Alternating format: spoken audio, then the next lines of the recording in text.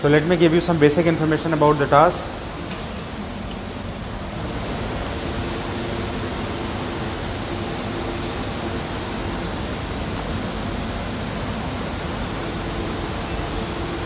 So today we are going to talk about military planning, which is also known as GPE, Group Planning Exercise. What is the objective of this task? Number one, to check the multitasking skill of the candidate. Multitasking means what? More than 2 or 3 challenges are given to the candidates in the form of the paragraph. As you have seen that a paragraph is there and with some challenges are there. Actually challenges are not there directly. You are expected to comprehend it.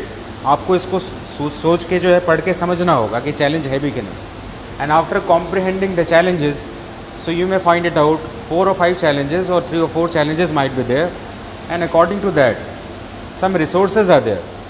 Resources may be separated into 2 parts. What are these? Number 1, given resources. Number 2, hidden resources. Objective of the GTO is to check you, are you multitasking skills, are you able to perform in pressure, are you a resourceful candidate. So certain qualities are being checked out through these tasks. तो इस task के साथ जो है आपको एक ऐसा एक फिगर दिया जाता है जिसके साथ आपको अपने जो पैराग्राफ है उसको एसोसिएट करना है. सपोज यू रीड इट, आपने इसको रीड किया और आपको मिला है 3 और 4 चैलेंजेस, और ये 3 और 4 चैलेंजेस को आपको जो है इसको ये गिवन डायग्राम के साथ इसको एसोसिएट करना है कि कहाँ पर इवेंट कैसे पर हो रहा है इसमें. अब आपको पास चैलेंजेस जो है अगर 3 और 4 हैं और आपके पास रिसोर्सेज आपके ग्रुप के स्ट्रेंथ में है जो नॉर्मली कितना होता है 6 to 10. कितना होता है? 6 to 10 होता है. अगर आपके ग्रुप के मेंबर्स हैं 6 तो आपके पास कितने रिसोर्स हैं? 6 है. और 10 है तो कितने रिसोर्स हैं? 10 है. तो it means that for the given challenges you are having 6 और 10 human resource, and for that you are going to separate the resources into different part and name it. What are the name? Group A, Group B, Group C, Group D, or Group Alpha, Beta, Gamma, Charlie, like that. Clear? इसमें बहुत ध्यान रखने की बात है कि group का separation symmetrical नहीं होना चाहिए. ये सिमेट्रिकल क्या मतलब होता है? 2-2 के ग्रुप में बांटेंगे ऐसा नहीं हो सकता. क्यों नहीं हो सकता? नेचर ऑफ चैलेंजेस तो अलग अलग है. चैलेंजेस अगर अलग अलग हैं तो हम 2-2 के ग्रुप में कैसे बांट सकते हैं? जिस चैलेंज में हमें ज़्यादा रिसोर्स की ज़रूरत है उसमें हम ज़्यादा ह्यूमन रिसोर्स डालेंगे. Is it clear? तो हमें इन बातों का ध्यान रखना है और उनका नाम देना है. अब मैं आपको कुछ ऐसे फैक्ट्स बता रहा हूँ जो कि इस टास्क के लिए सबसे ज़रूरी. तो अगर आपसे पूछा जाए इसमें कि मिलिट्री प्लानिंग में आपने कौन सा जगह पर सबसे ज़्यादा ध्यान रखना है, तो मेरा आपको बहुत ही प्राइमरी एडवाइस है इसमें. Number 1, read the passage carefully. Number 1, find out the number of challenges. Number 3, find out the resources which includes hidden resource and given resource, and according to that you'll have to separate the group into these several parts.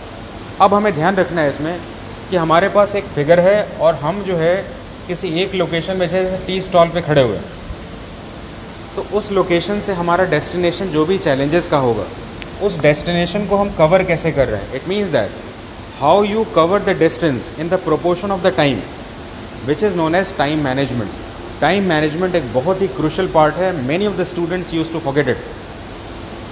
मैं दोबारा बता रहा हूँ आपको इसमें कि जब हम टास्क को कर रहे होंगे तो सभी को पता है कि 4 टास्क हैं तो 4 ग्रुप को हमने सेपरेट कर दिया.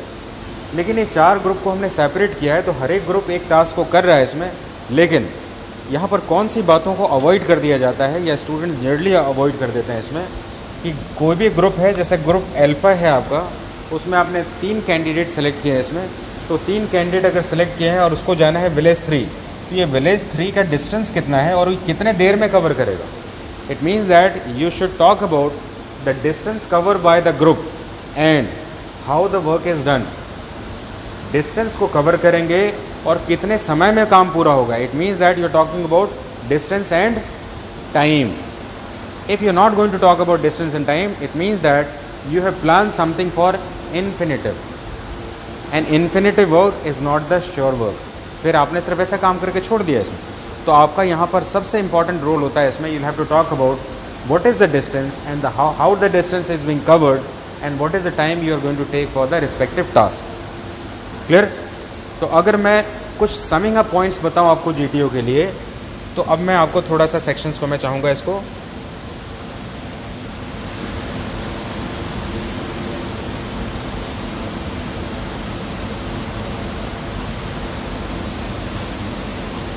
तो नंबर 1 हमारा पॉइंट इसमें इसे होना चाहिए, इसमें पहले ध्यान से सुन लेना, आपको ध्यान से सुनना, इसमें कोई परेशान नहीं होना। इसमें सबसे पहला हमारा पॉइंट होगा इसमें फाइंड चैलेंजेस। चैलेंजेस नॉर्मली कितने होते हैं? 3 to 4 होते हैं। चैलेंजेस फाइंड आउट करके क्या करना है हमें? नंबर 2 अपना सेपरेट करना है ग्रुप को। ग्रुप की स्ट्रेंथ कितनी होती है हमारे पास? 6 to 10 होती है, ठीक है। अगर स्मॉलर ग्रुप होगा आपका तो 6 स्ट्रेंथ मेंबर्स होंगे, बड़ा ग्रुप होगा तो कितना होगा? 10 होगा। तो हमारे रिसोर्सेज हैं सेपरेशन ऑफ ग्रुप, और सेपरेशन ऑफ ग्रुप के बाद इनमें क्या करना है? इनको नेमिंग करना है। नेमिंग कैसा होगा इसमें? ग्रुप ए कर सकते हैं, ग्रुप अल्फ़ा कह सकते हैं। Is it clear? तो group A, group B, group C, group D, 4 challenges हैं तो 4 ग्रुप हुआ। इसको अल्फ़ा, बीटा, चार्ली, गामा भी कर सकते हैं इसमें। क्लियर? अब नेक्स्ट हमारा स्टेज हुआ इसमें कि अगर हमने ग्रुप को सेपरेट कर दिया इसमें, तो सेपरेट करने के बाद हम कितने ग्रुप में कितने मेंबर्स रख रहे हैं? तो अभी मैंने क्या बताया? सिमेट्रिकल रखना चाहिए। क्या रखना चाहिए? According to the nature of the challenge. Clear? तो according to the challenge members are divided.